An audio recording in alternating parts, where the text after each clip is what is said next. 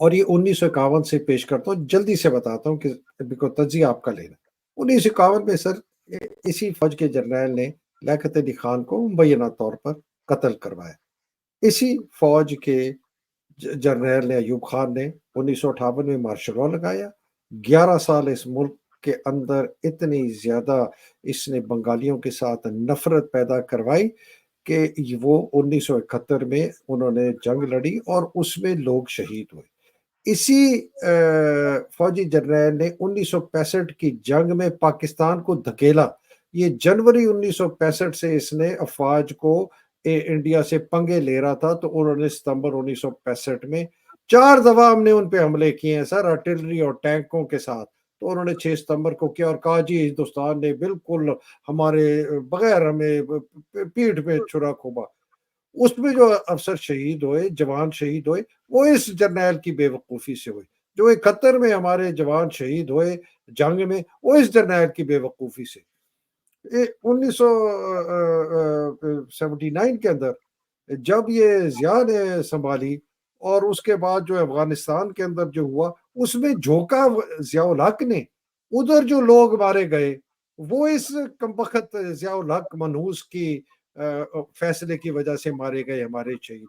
پھر آپ 1999 کارگل میں آ جائیں، وہ مشرف کی وجہ سے جتنے لوگ فیصلے کیے جو شہید ہیں مارے گئے۔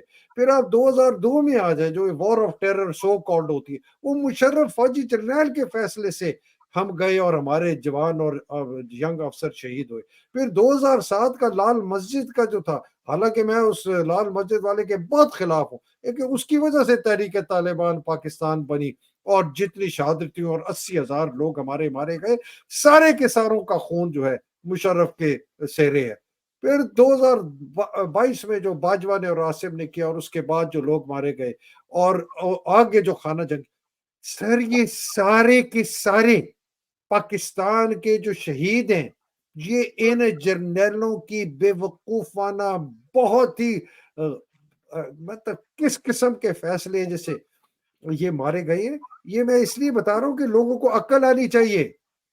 یہ شہادتوں پر اور شہیدوں کے خونوں پر یہ اپنی سیاست کرتے ہیں۔ ایک بہت بڑی ایک امریکن جنرل نے کہا کہ جب جرنیل جو ہیں وہ انگریزی کا لفظ ہے ایف اپ، جب جرنیل ایف اپ کرتے ہیں تو جانے جوان اور ینگ افسر دیتے ہیں۔ ویتنام میں دیکھا، کوریا میں دیکھا، افغانستان میں دیکھا، ہر جگہ دیکھا، عراق میں دیکھا۔ یہ کس قسم کا بیانیہ دیتے ہیں کہ جی پاکستان کو ہم نے بچایا؟ پاکستان کا بیڑا غرق کیا ان لوگوں نے سر۔ یہ میں بتانا چاہتا تھا اور آپ کا بھی تجزیہ لینا چاہتا ہوں سر، معافی چاہتا ہوں تھوڑی لمبی ہو گئی بات۔ نہیں بالکل صحیح ہے۔ پہلے تو وہ جو سپریم کورٹ نے یہ فیصلہ دیا کہ جی ان کے متعلق وہ کوئی قانون ایکسیپٹ نہیں کریں گے کیونکہ اس سے ان کی کارروائی پر اثر پڑے گا، ان کا مورال ڈاؤن ہوگا۔ یہ انفارچونیٹلی پاکستان میں مختلف ادارے جو ہیں وہ بالکل نہیں چاہتے کہ ان کی ایکٹیویٹیز جو ہیں وہ ٹرانسپیرنٹ ہوں۔ جب تک یہ ادارے ٹرانسپیرنٹلی کام نہیں کریں گے، لوگوں کو معلوم نہیں ہوگا کہ ان کے اخراجات کتنے ہیں، ان کی مراعات کتنی ہیں، ان کی اپوائنٹمنٹس کیسی ہوتی ہیں، کتنے لوگ وہاں کام کرتے ہیں، تو لوگوں کو علم نہیں ہوگا کہ ایکچولی ہو کیا رہا ہے۔ جب بھی کوئی ادارہ اپنی اسکروٹنی نہیں چاہتا تو سمجھ لیں کہ وہاں کچھ گڑبڑ ہو رہی ہے، وہ کوئی چیز چھپا رہے ہیں۔ اور یہی کچھ جو ہے فوج بھی کر رہی ہے۔ فوج بھی کہتے ہیں نہیں جی ہم اپنے اندرونی طور پر سب کچھ کرتے ہیں، تمہیں اس میں کوئی عمل دخل کی ضرورت نہیں ہے۔ حالانکہ ایسے کوئی چیز نہیں ہونی چاہیے۔ کوئی بھی ادارہ جو ہے قانون سے بالا تر نہیں ہونا چاہیے، کوئی بھی ادارہ جو ہے اسکروٹنی سے بالا تر نہیں ہونا چاہیے۔ اگر وہ اپنے آپ کو سمجھتے ہیں تو دیٹ مینس کہ وہ کوئی چیز چھپا رہے ہیں، وہ گڑبڑ کر رہے ہیں، جس کی وجہ سے ہمارے ملک میں یہ تباہی پھیل رہی ہے۔ دوسری بات جو بہت اہم ہے، جو آپ نے جو ایکسپلین کی کہ شروع سے ہی لے کر پاکستان کے جو فوجی جرنیل ہے، ان کے احمقانہ پالیسیز کی وجہ سے پاکستانی فوج کے جوان، پاکستانی فوج کے جونیئر افسران بیچارے شہید ہوتے رہے ہیں۔ وہ بہت بہادری سے لڑتے رہے ہیں، ہر جنگ میں ہر محاذ پر انہوں نے کبھی بھی کوئی سوال نہیں اٹھایا، لیکن ان کا خون بہا کر یہ لوگ اپنے اپنے سینوں پر تمغے جمانا چاہتے ہیں۔ یہ سراسر نا انصافی ہے۔ ایکچولی محاسبہ ان جرنیلوں کا ہونا چاہیے۔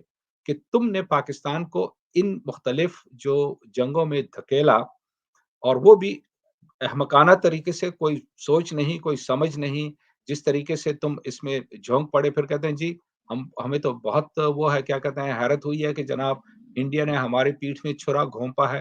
ارے 65 میں تم شروع سے لے کر اس تک، یعنی دیکھیے آپ اور ہم تو لارنس کالج میں ہوا کرتے تھے 65 کے دوران، معلوم نہیں آپ اس وقت آئے تھے یا نہیں، لیکن میں تو سینئر اسکول میں تھا۔ تو اگست کے مہینے میں ہی وہاں سے ٹرکس گزرا کرتے تھے لارنس کالج کے تھرو، اور سب کشمیر فرنٹ پہ رات کے وقت ٹرکس گزرا کرتے تھے اسلحہ وہاں لے جانے کے لیے۔ اور وہاں سپٹمبر 1 سے مثلاً کشمیر میں لڑائی شروع ہو چکی تھی۔